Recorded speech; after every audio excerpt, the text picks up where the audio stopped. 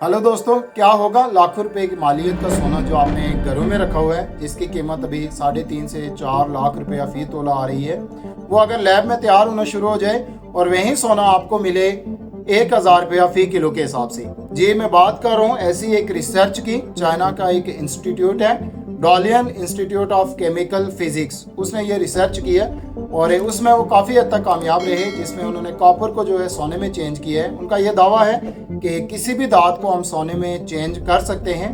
हाल ही में उन्होंने क्या किया है कि हाई एनर्जी ऑर्गन फायर किया है कॉपर की आउटर लेयर पे, कार्बन जिसको हमारी ज़बान में उर्दू में तांबा कहते हैं, उस पर तो उसकी जो आउटर लेयर थी वो सोने में चेंज हो गई।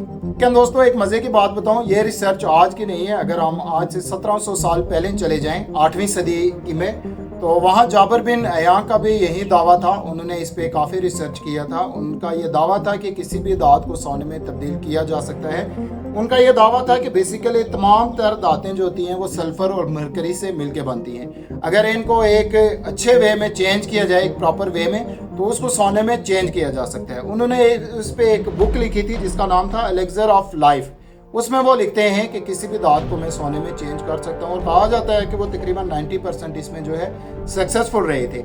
उसके बाद अगर 9वीं सदी की बात करें तो उसमें अल ज़ाहरी जो थे, एक मुस्लिम साइंटिस्ट, आल्दो के जो पहले जाबिर बिन अय्यान थे वो भी एक मुसलमान साइंसदान थे, उन्होंने भी इस पर ये एक्सपेरिमेंट किया और उनका भी यही मानना था कि दुनिया की तमाम तर धातें जो हैं वो मरकरी और सल्फर से मिल के बनती हैं।